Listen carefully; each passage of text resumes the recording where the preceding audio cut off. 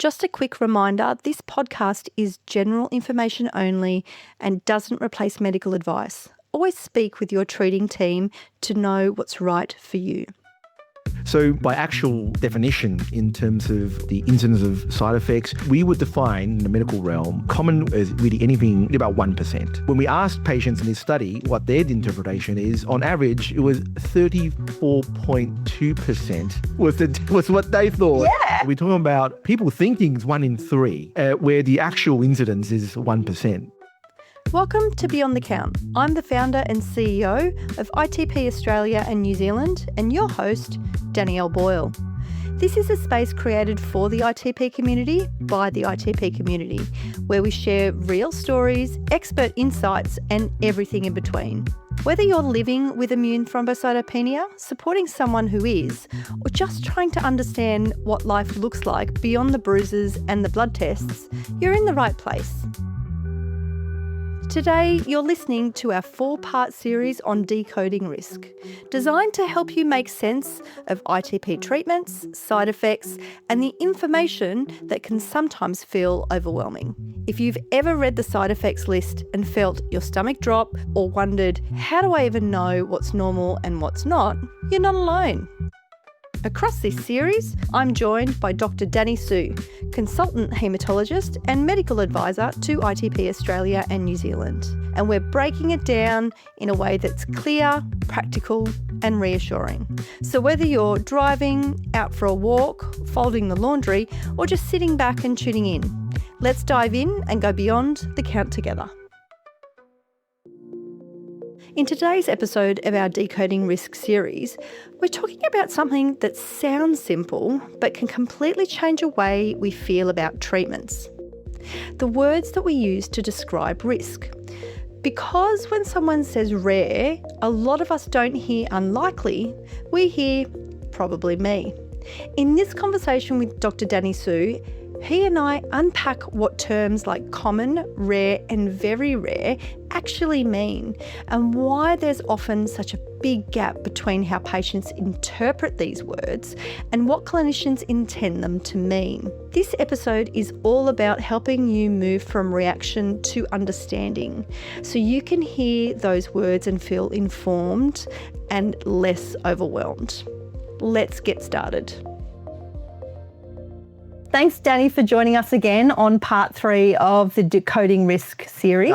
Pleasure to be back again, Danny. Thank you for having me in the hot seat. Oh, wonderful, wonderful. I love it when you're in the hot seat. We get so much work done and we probably talk each other's ears off. It's excellent. So today we're going to talk about the words that trick our brains. So this is one part from the conference this year in Melbourne that I think really resonated with the group, with the patient cohort. Talking about, what patient perception versus clinician perception is on common, rare and very rare, and what it actually means. So what we think it means compared to what clinicians mean. So going back over that presentation and, looking back at those recordings, which are now available on YouTube, can you give us a bit of an understanding as to why, like what does common, what does rare and what does very rare mean to you compared to patients? Yeah. I mean, that's just the crux of the question, isn't it? Like when we ask somebody, well, what's your definition of common? I think it's going to differ from everybody, right? I think that's where the confusion lies. And so, I mean, one of the issues is so pertinent is that with the drug information sheets, where is often describing, I guess, the incidence of side effects. When words such as common, uncommon and rare are used, what does it actually mean? So in the European Union, in fact, is mandated that every drug, they have to include these words to sort of describe the incidence.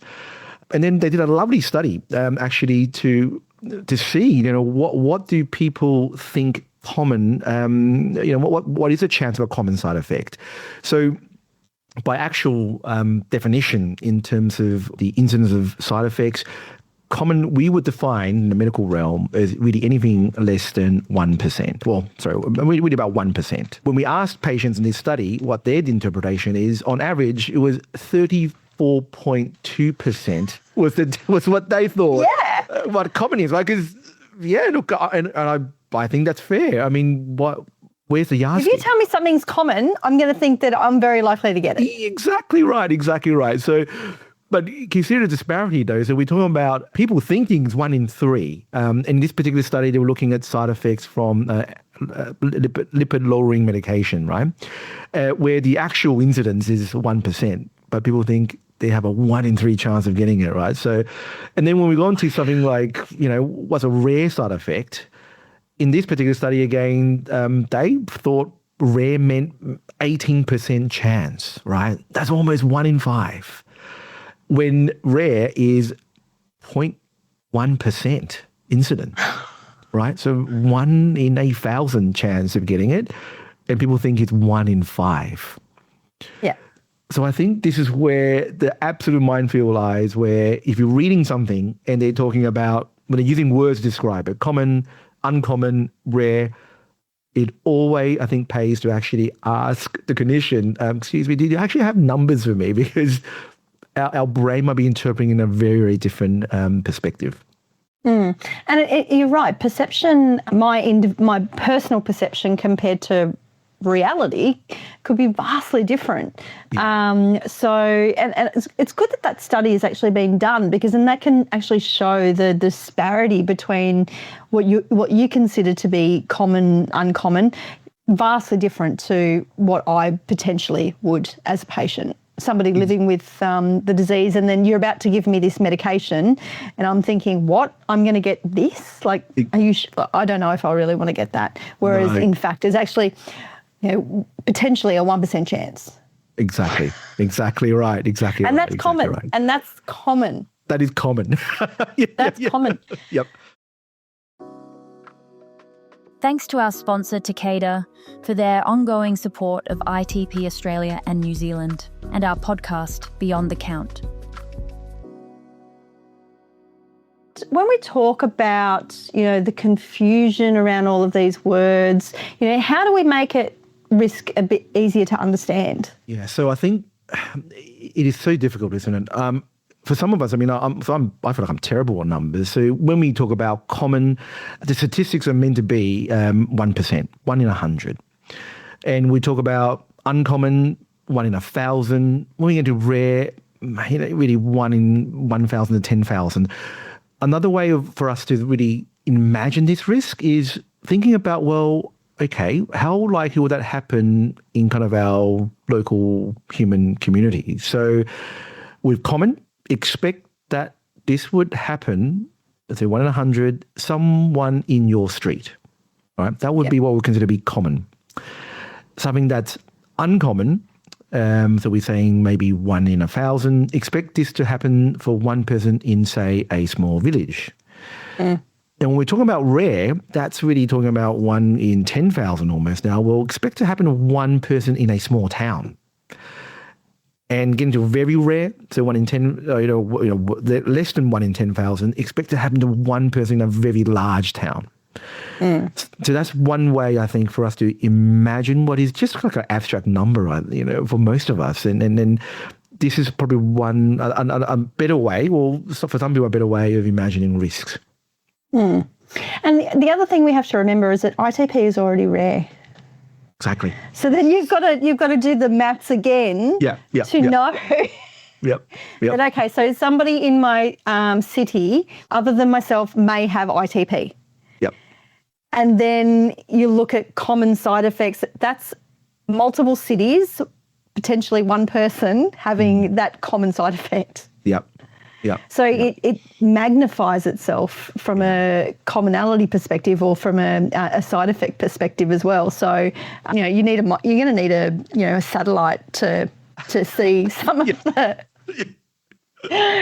So on the far side of the moon, yes, it's a very rare, a very uncommon side effect potentially. So remembering, putting it again back into context, that ITP is already rare, and then you've got these common side effects. So therefore, what you're saying is that even some of these side effects may actually just be one in the city, as opposed to when you're talking about the locality analogy, I suppose.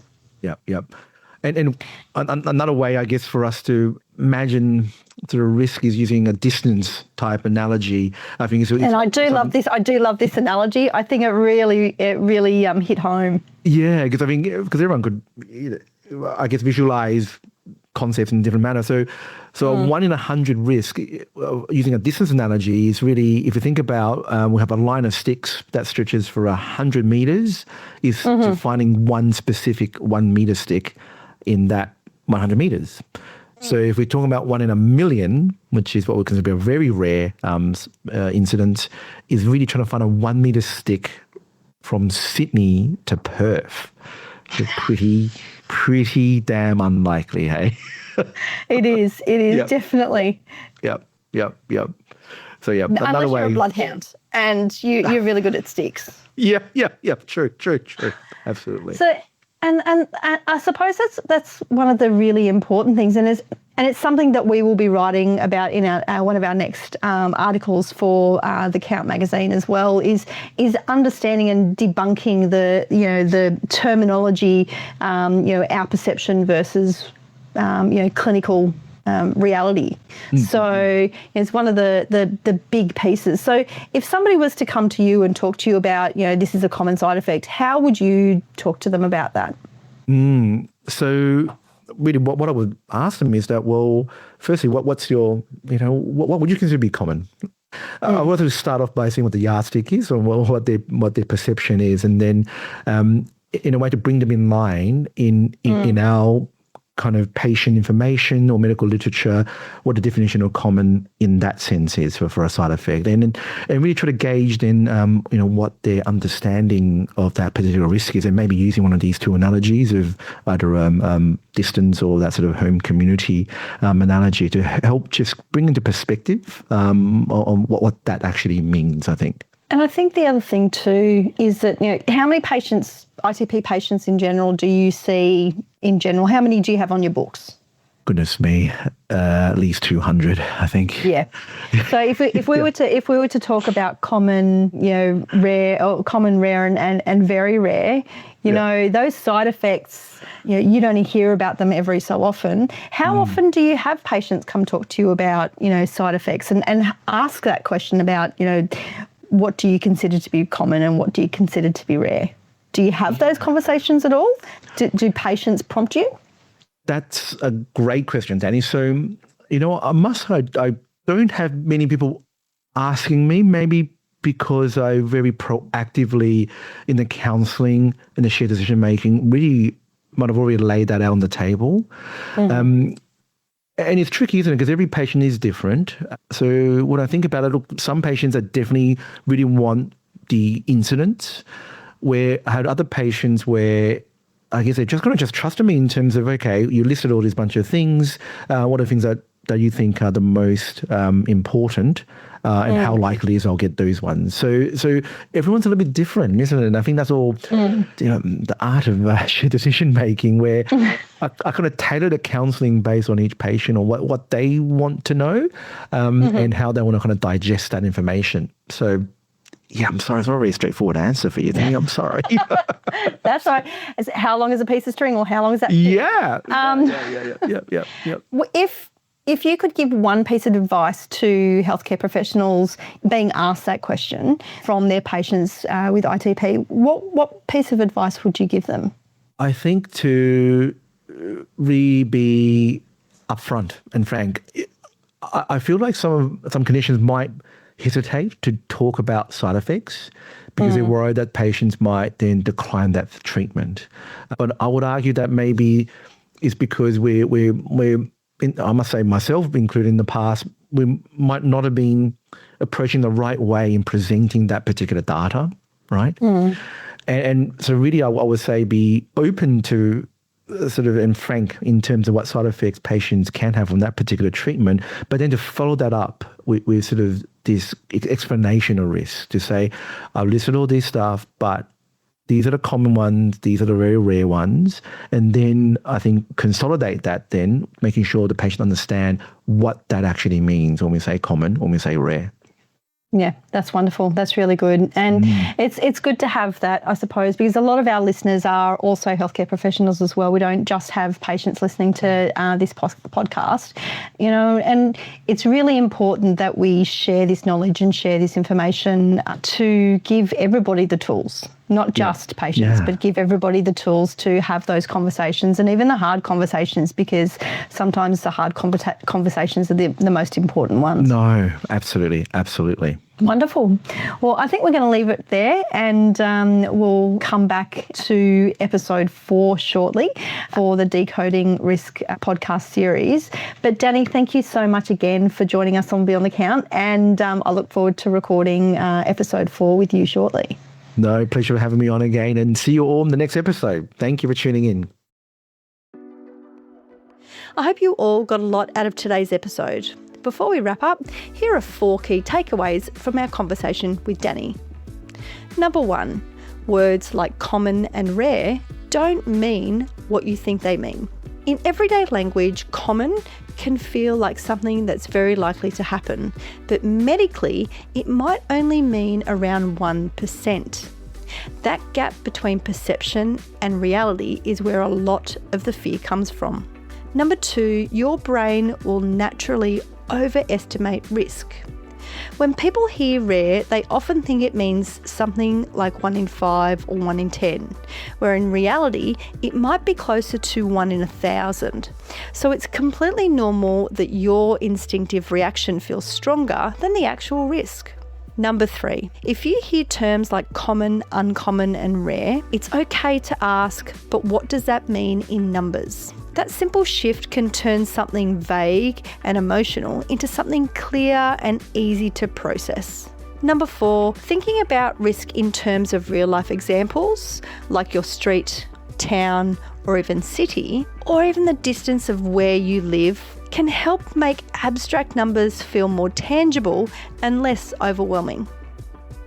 A big thank you to Dr. Danny Hsu for joining us for this Decoding Risk series, and for explaining complex topics in a way that feels clear, calming, and genuinely reassuring for our community. Thank you for joining us for this episode of the Decoding Risk series. If you're following along, the other episodes in this series are why side effects happen, why medication leaflets look so terrifying, and becoming a partner in your care. If you'd like to watch Danny's presentation in the 2026 ITP Australia and New Zealand Patient Conference in Melbourne, you can find it on our ITP ANZ YouTube channel. And don't forget, if you're looking for support, join the ITP community at itpanz.org.au. While you're there, check out the latest edition of The Count, our quarterly magazine. Read some patient stories, download a huge range of treatment information and guides and more from our patient resources section, and know that you are not alone. We're here to support you. We're here to guide and inform you about the latest information when it comes to immune thrombocytopenia. If you found this episode helpful, please share it with others in the ITP community. And don't forget to leave a review on the platform you're listening from. It helps others find Beyond the Count. We've got more expert conversations coming your way, so hit follow and subscribe to stay updated. Thanks for tuning in and diving beyond the count with us.